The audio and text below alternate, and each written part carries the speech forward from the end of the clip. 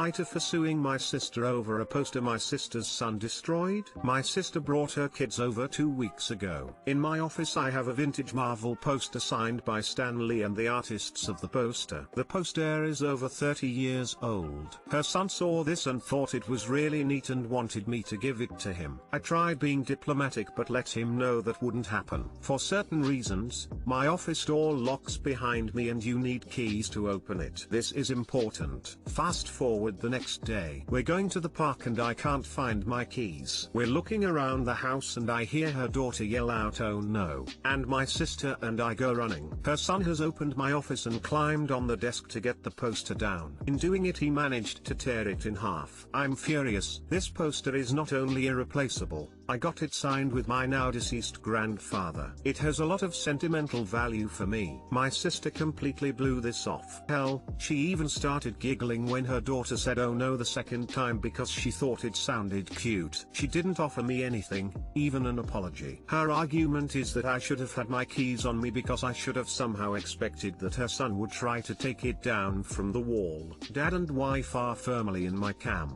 Dad recognized how important this was to me because it was only a few days before he suddenly passed away and was the last thing we did together. My mom and sister are acting like it's no big deal. Sister ghosted me when I texted her asking about compensating me for the poster. In case anyone is wondering, when we moved into my house, we had the poster appraised at $3,000 due to the condition and rarity of this particular poster. I was informed after Stan Lee's death, it went up but we didn't have it reappraised. This particular one does go on eBay and unsigned fetch north of $2,000. When I served her, my mom called me up telling me it was no big deal and she said she found another poster on eBay, and when I saw the link I realized it was completely different, and wasn't signed, or anything like that. It wasn't even the same year. Now sister is complaining to mom that I'm being mean for going after her and not taking her offer and instead making her pay for it. She thinks I should just let this go because kids will be kids, so I too here. Edit, since this has been raised in a few comments, yes, the poster was framed. It was professionally mounted in a frame. It was not tacked to a wall or anything like that. Update, mom is now in my corner. We hadn't really spoken about this much as I was pretty angry about things. She didn't realize that it was this one particular poster and she knew how much it meant to me. Right now she's trying to convince my sister of the seriousness of this. NTA. She is 100% responsible for her son's behavior. I don't care if it was even on the floor of your office. Her kid was old enough to be sneaky and go around all of the normal security you had in place. NTA, I'd sue for compensation too. Then again, that might cost you more in legal fees than the poster is worth. So I don't know if that's worth it, but at the least she owes you an apology. NTA, your sister's son knew that the poster was not going to be his. What her child did was destruction of property, and you have every right to serve your sister. She didn't even care. She claimed that you should have known he would do it. Giggling at daughter saying "oh no" when something sentimental of yours got destroyed is ruined. Ask her and your mom how they would feel if something expensive and sentimental of theirs were destroyed. Tell them to put themselves in your shoes. That poster meant a lot to you since they don't seem to care. How on earth were you supposed to know that he'd do that? Maybe she should be. NTA. Get it reappraised for its current value, untorn, sue her socks off. Her son damaged it, she must pay for it. Pretty sure she's responsible for your legal fees as well when you win. Small claims court is ideal for this and requires only a filing fee, no lawyer. In Saskatchewan here the fee is $100 and the claims can go up to $30,000. The clerks are very helpful as well. Justice would be served if that happened to me, lol. Go for $5,100 and tell her it would have only been $2,000 if she had taken responsibility instead of making it a fight. AITA for saying I don't care that a little girl's grandma died. So I 38F have 5 kids, all internationally adopted as I am infertile. This in particular is about one of my daughters, 9F, I will call her Zoe as it starts with the same letter as her real name. Zoe just entered 4th grade. She's going to school in person this year. Well, one girl, I'll call her Kat, has been picking on Zoe a lot. I'm not one of those moms who makes a huge fuss over every little squabble. Kat has picked on Zoe for being adopted, being Asian, and started rumors that she has the virus. Every time Zoe tries to tell her teacher either brushes it off as a conflict or says that Kat is dealing with a lot and not to mind her, even though that is very hard for Zoe. I have learned with one of my older kids to document every incident of bullying that happens to my child. I just write down the date and what they say happened in a notebook. It usually turns out to be nothing. I have done this for what Zoe has said about Kat. Well, last week was the final straw. I got called by the nurse that Zoe had fallen out of a tree at recess and hurt her arm and she had to go to urgent care. I picked her up as soon as I could. When we got in the car, she said what really happened was Kat told her if she climbed up the tree she would let her sit on the class bean bag or something like that. When Zoe did it, Kat began shaking the other end of it. When Zoe fell out of the tree, Kat ran away. When her teacher got there, she tried to tell him what happened, but he scolded her for climbing up there. Granted, he didn't know how bad it was, and took her to the nurse. Her wrist was broken because I guess she tried to catch herself from falling and ended up twisting it backwards. After she was home with my husband, I marched into that school P/staff. I ended up having a meeting with the guidance counselor and her teacher. Her teacher kept trying to call it a fight or conflict, giving them equal blame basically, or saying that she shouldn't have climbed the tree in the first place. Then he said that in the beginning of the year, Kat's parents told him that her grandma died over the summer, so cut her a little slack. Said I didn't care and she should still be punished. He seemed shocked that I said I didn't care. We has all this week off, so I've taken a little time to cool off, and now I'm not sure if I'm TA for saying that. AITA edit. For those of you curious about why I said I didn't think being deaf is a disability or something that needs a cure, here's a good video on why. Losing a grandparent doesn't turn a child into a bully or racist. You spoke truth. NTA. The whole narrative that bullies are the real victims is a line of shit, and Kat needs to be shown some consequences. Good luck, cop, and I hope Zoe gets to feeling better real soon.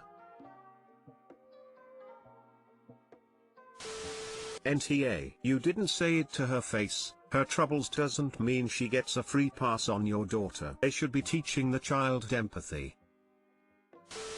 NTA. Teacher has proven useless. Go up to the principal, and if they're useless, go up to the super-ect. Just because her grandma died could have been understood for a bit, but it's been consistent she's a racist and a bully. While a bit extreme, I'd personally also look at other schools, if possible. Yeah, she wears a cochlear implant, which she is also teased for, and we have spoken about transferring her to the state school for the deaf.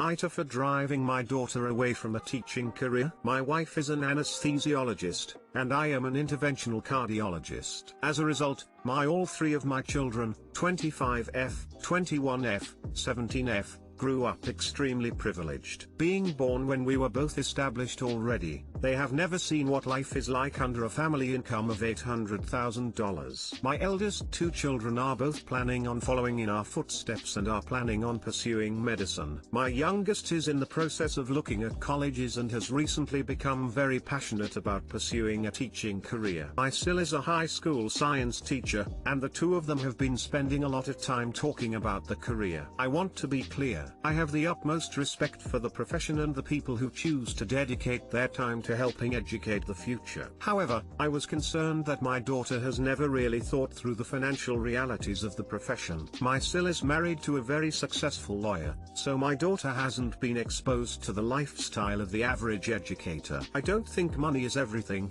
but my youngest daughter's hobbies are skiing and horseback riding. She loves to shop and loves designer clothing. So last week, I sat her down and went through our family financials. I even contextualized it and explained how much cheaper certain items could be if we chose to make more economical choices. She is now much more hesitant in commit to teaching, and my Sil thinks I'm a massive asshole. I'm being accused to destroying her dreams and stepping on her passions. I don't want to push her into medicine if she doesn't care for it, that neither good for her, her future mentors, or her future patients. I'm also not telling her not to pursue teaching. I just think she should understand the implications of living off of a 1/20th of the income. AITA?